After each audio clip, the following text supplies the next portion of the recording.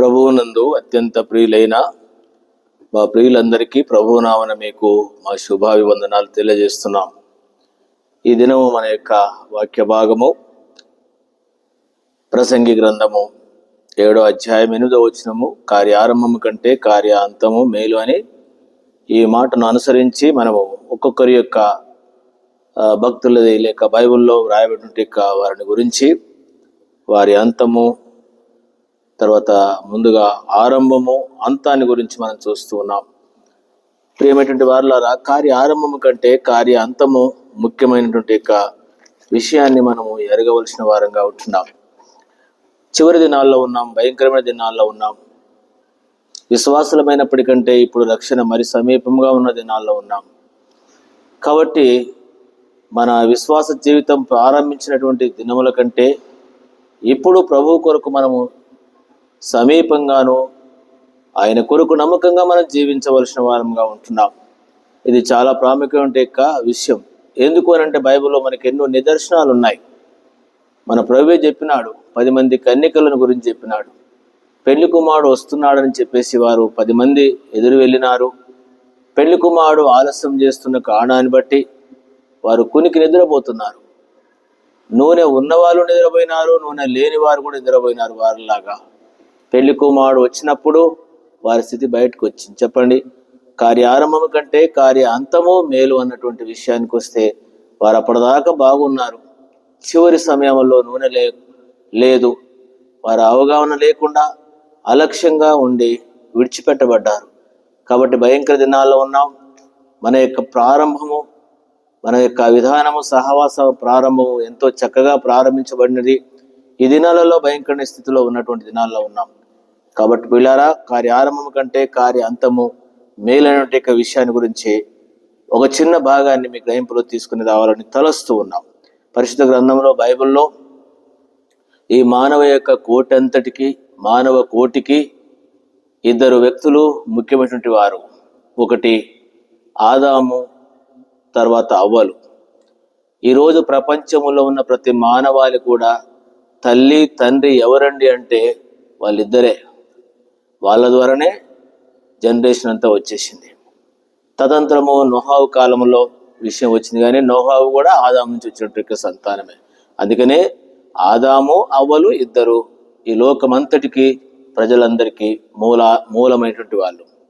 రెండోది, విశ్వాసమును బట్టి విశ్వాసులకు తండ్రి తల్లి అయినటువంటి వాళ్ళు మనకు ఉన్నారు బైబిల్లో.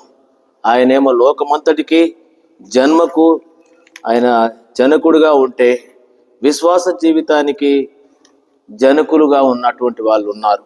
మనకు తెలుసు ఎవరు వీళ్ళు అనంటే అబ్రహాము, శారాలు.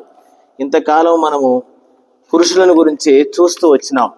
ఎందుకో ప్రభు ఓ తలంపిచ్చినాడు, పురుషులను గురించి మనం చూస్తూ వచ్చినాము. కానీ ఇప్పుడు మనము పురుషులనే కాకుండా స్త్రీలను కూడా మనం కొంచెం తలస్తే బాగుంటుంది అనే విషయాన్ని మనము ఎరుగుదాం. ఆదికాండం 12వ అధ్యాయంలో దేవుడిచ్చినట్టు వాగ్దానములు, ఆశీర్వాదాన్ని గురించినటువంటి విషయంలో 3వ వచనము, నిన్ను ఆశీర్వదించు వారిని ఆశీర్వదించను, నిన్ను దూషించు వారిని శపించదను, భూమి యొక్క సమస్త వంశములు నీ యందు ఆశీర్వదించబడినని అబ్రాహాముతో అనగా.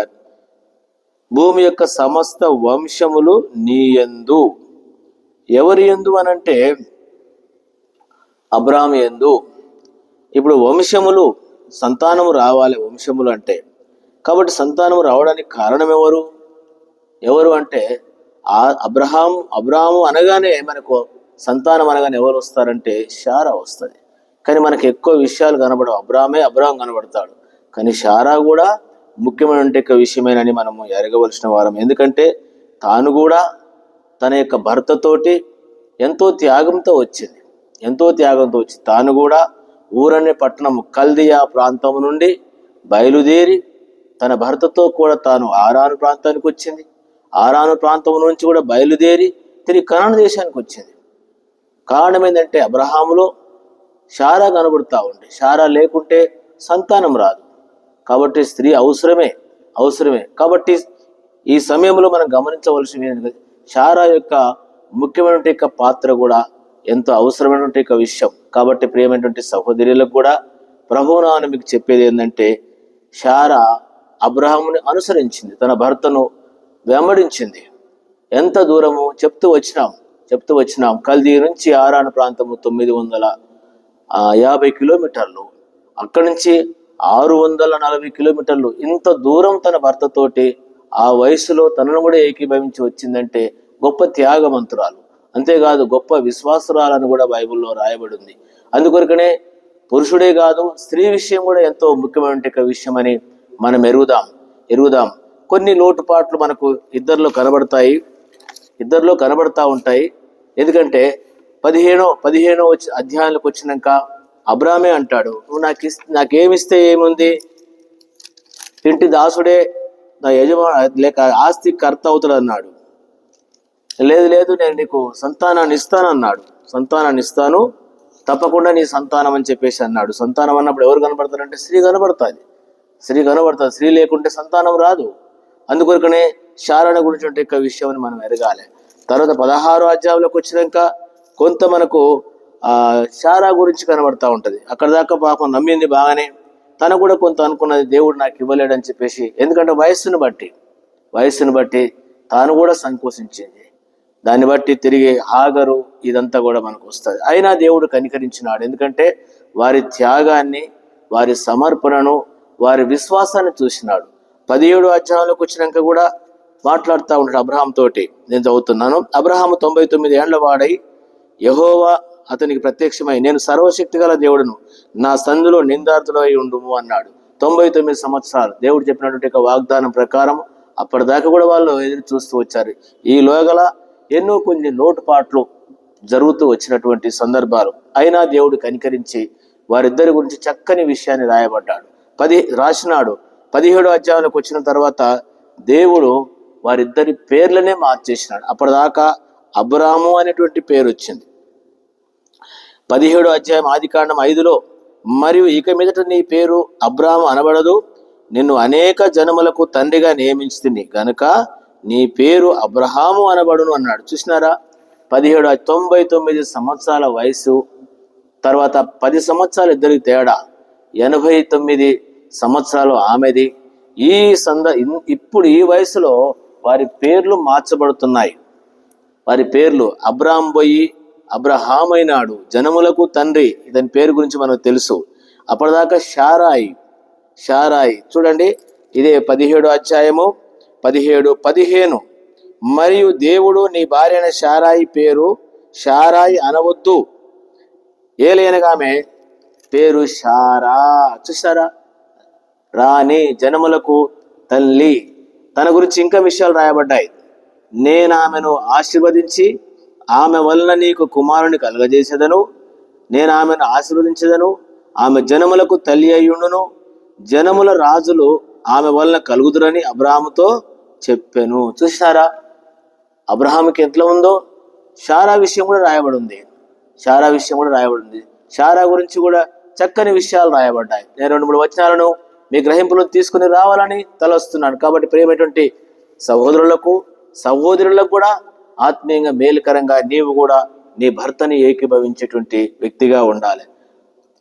హెబ్రీ పత్రిక 11వ అధ్యాయంలో నేను చదువుతున్నాను. హెబ్రీ పత్రిక 11వ అధ్యాయం 10వ వచనంలో, ఏలైనగా దేవుడు దేనికి శిల్పియు నిర్మాణకుడై ఉన్నాడో పునాదులు గల ఆ పట్టణం కొరకు అబ్రహాం ఎదురు చూచుండెను. విశ్వాసమును బట్టి షారాయు వాగ్దానం చేసిన వాడు నమ్మదగిన వాడని ఎంచుకొనెను గనుక తాను వయస్సు గతించినదైనను గర్భము ధరించుటకు శక్తి పొందెను. చూసినారా, విశ్వాసమును బట్టి షారాయు వాగ్దానం చేసిన వాడు నమ్మదగిన వాడని ఎంచుకుంది. విశ్వాసమును పట్టుకొని, తను కూడా విశ్వాసాన్ని పట్టుకుంది.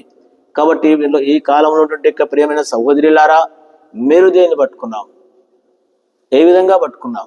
విశ్వాసాన్ని పట్టుకొని, దేవుడు వాగ్దానం చేసినాడు, నమ్మదగిన దేవుడు అని చక్కని మాట రాయబడి ఉంది. ఆమె విషయంలో దేవుడు వాగ్దానం చేసిన వాడు నమ్మదగిన వాడని ఎంచి కనుక తాను వయస్సు గతించినదైనను, అప్పటికి 89 సంవత్సరాల వయస్సు గతించినదైనను ఏం చేసినట్ట, తాను వయస్సు గర్భము ధరించుటకు శక్తి పొందిందంట. విశ్వాసం చూడండి, శారాలో ఉంటే విశ్వాసం నేటి దినాలలో ఉంటుంటే ప్రియమైన సహోదరులారా, మన విశ్వాసాన్ని కోల్పోయినామా లేక విశ్వాసంగా ఉన్నామా?